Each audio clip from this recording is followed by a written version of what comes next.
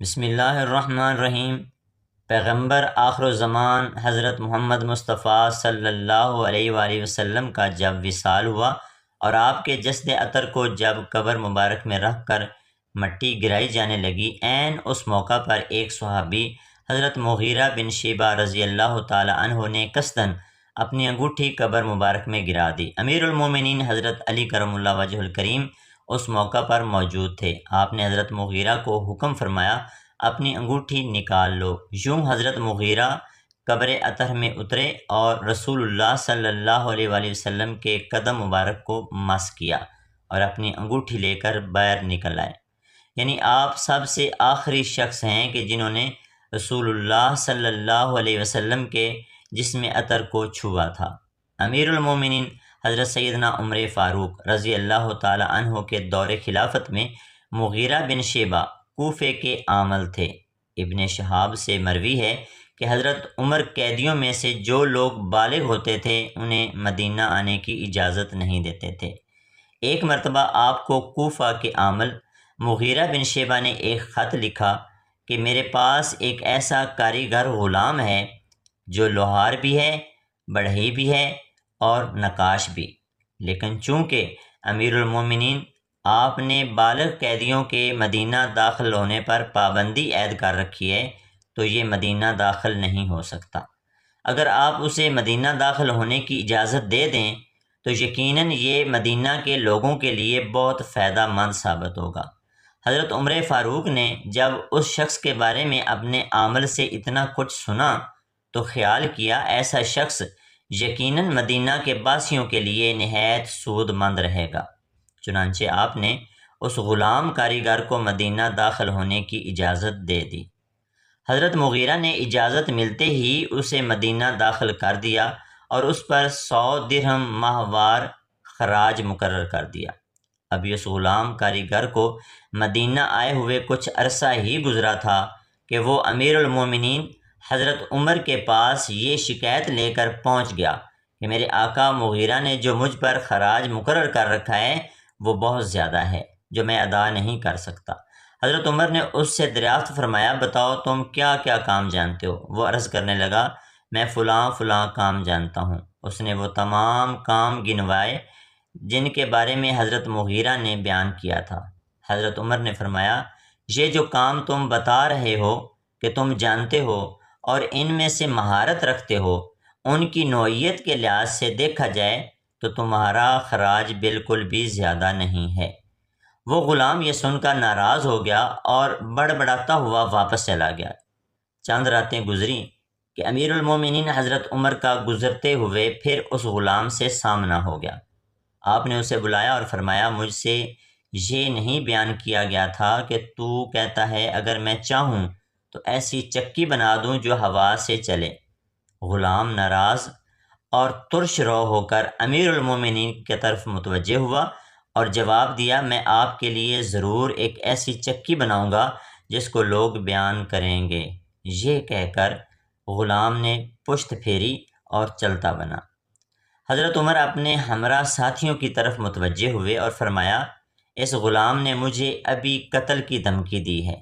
دوستو، امیر المومنین حضرت عمر بن الخطاب رضی اللہ تعالی عنہ کو دھمکی دینے والا غلام ابو لؤلؤ فیروز تھا۔ یہ ملعون صرف دھمکی کی حد تک ہی نہ رہا بلکہ اس واقعے کی چند راتیں گزرنے کے بعد ایک خنجر لیے صبح کی تاریکی میں مسجد کے کسی گوشے میں چھپ کر بیٹھ گیا اور برابر وہیں رہا، یہاں تک کہ حضرت عمر رضی اللہ تعالی عنہ فجر کی نماز کے لیے لوگوں کو جگاتے ہوئے وہاں پہنچ گئے۔ جیسے ہی حضرت عمر اس بدبخت کے قریب ہوئے تو اس نے تیز خنجر سے آپ پر حملہ کر دیا اور خنجر کے 3 وار آپ پر کیے، جن میں سے ایک وار آپ کو ناف کے نیچے لگا جو گہرا تھا اور اس نے پیٹ کی اندرونی کھال تک کاٹ ڈالی۔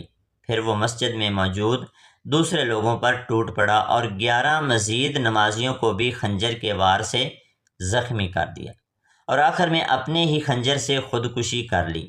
ایک اور روایت میں ہے کہ اس نے کل 13 لوگ زخمی کیے تھے، جن میں سے صرف 4 زندہ بچے تھے اور بقیہ 9 شہید ہو گئے تھے۔ بعضوں کے نزدیک 9 بچے تھے اور 4 شہید ہو گئے تھے۔ حضرت عبداللہ ابن عباس رضی اللہ تعالیٰ عنہما سے مروی ہے کہ ابو لولو مجوسی آتش پرست تھا جو کہ ایرانی مجوسی فوج کا سپاہی تھا اور جنگ قادسیہ میں غلام کے طور پر قیدی ہوا تھا۔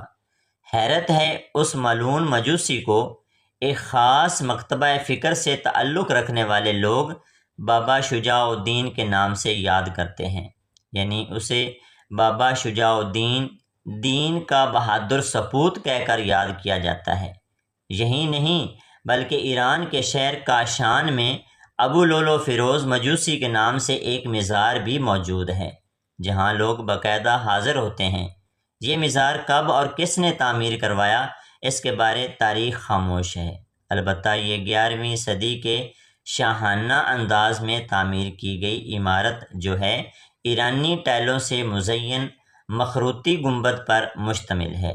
اس سے بھی زیادہ حیرت کی بات یہ ہے کہ کچھ سال پہلے تک اسلام کے دوسرے خلیفہ حضرت عمر فاروق رضی اللہ تعالی عنہ کی شہادت کے دن کو جشن عمر کشی کے نام سے ایران کے تقریباً تمام بڑے شہروں میں منایا جاتا تھا، جسے عرب ممالک کے پرزور احتجاج پر حکام نے بند کروا دیا تھا۔ سن 2010 میں مسلمان علماء کی ایک عالمی تنظیم نے ایرانی حکومت سے اپیل کی کہ فیروز مجوسی کے مزار کو مسمار کر دیا جائے، لیکن ایرانی حکومت نے ان کا مطالبہ ماننے سے انکار کر دیا۔ اس کے بعد جامعہ الازہر نے بھی اس مقبرے کو گرانے کا مطالبہ کیا اور ایران سے ہر قسم کے سفارتی تعلقات ختم کر دیے، جس کی وجہ سے ایرانی حکومت نے ابو لولو مجوسی کے مزار کو مسمار تو نہ کیا، البتہ اسے بند کر کے وہ جگہ مقامی پولیس ہیڈ کوارٹر میں تبدیل کر دی۔ فیروز مجوسی کے نام سے منسوب یہ مزار قم سے 60 کلومیٹر کے فاصلے پر کاشان فنس روڈ ایران میں واقع ہے، جسے آج بھی ملاحظہ کیا جا سکتا ہے۔ دوستو، کثیر علماء اور سیرت نگاروں کا اس بات پر اتفاق ہے کہ ابو لولو فیروز مجوسی اپنے اصلی دین یعنی آتش پرستی پر قائم تھا، جیسا کہ حضرت ابن عباس رضی اللہ تعالی عنہ کا قول ہے کہ ابو لولو مجوسی آتش پرست تھا، اگر بالفرض اس کے مسلمان یا کافر ہونے میں کوئی فیصلہ نہ ہو سکے تب بھی وہ ایک منافق اور قاتل تھا کہ جس نے اپنے دل میں منافقت رکھتے ہوئے عالم اسلام کی ایک عظیم شخصیت کو چھپ کر بے دردی سے قتل کیا اور پھر خودکشی کر لی۔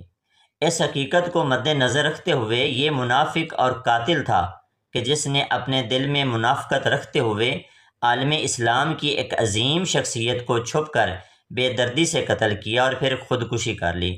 اس حقیقت کو مد نظر رکھتے ہوئے یہ فیصلہ کرنا آسان ہو جاتا ہے کہ اس کے مزار کی کیا حقیقت ہو سکتی ہے۔ دعا ہے کہ رب العالمین ہمیں ہر ظالم کے ظلم، شریر کے شر اور حاسد کے حسد سے اپنی حفاظت میں رکھے اور کامل ایمان کے نور سے ہمارے دلوں کو منور فرمائے، آمین۔ ناظرین، کومنٹ سیکشن میں اللہ تعالیٰ کے 99 ناموں میں سے ایک نام